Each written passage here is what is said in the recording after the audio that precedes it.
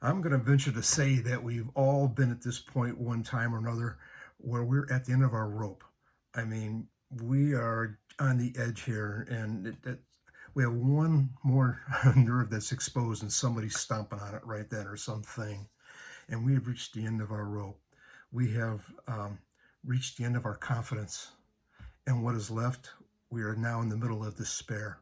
I want to talk to you about that today in your morning cup of inspiration. You know, we like to think that we are stronger than we are. We like to go put that out there that, I can handle anything. And I've thought this before myself. I can handle anything.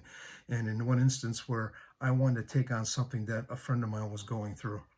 And I said, Lord, put it on me. I could take it. I got broad shoulders. I can handle it. Oh, man, I couldn't. And I dropped. I mean, it put me deep, deep, deep in despair. And I had to finally say, Lord, take this. I mean, I can't do this. And he did. He did. He took that from me because I asked him to. And I let him guide the way. He went before me.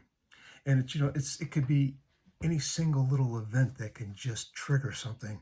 You look at, it could be a husband or a wife comes in and says, I don't love you anymore. I'm gone. I found somebody else, or I want out of this. It could be a child coming in and saying, I want emancipation. I want to divorce my family. I don't want anything to do anymore with you or your religion or anything else about it. I mean, it's despair like that. It could be the IRS with a letter or a phone call or a knock on the door. It could be somebody in your business has sabotaged you and has taken over and you've lost everything. It puts you in despair. But I have good news for you. Over in in Deuteronomy 1:30, the Bible tells us, the Lord our God who goes before you, he will fight for you. Deuteronomy 1:30, the Lord goes before you, will fight for you if we let him. We don't have to worry about what is ahead of us if we let God go before us.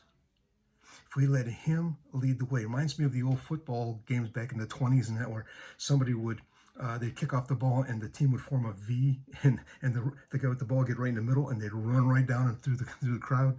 And that is what it reminds me of when I says the Lord goes before me. He goes out there and he handles it all.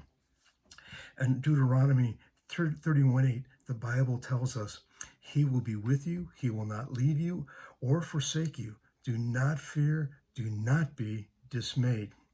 See, we should never let our feelings guide our faith.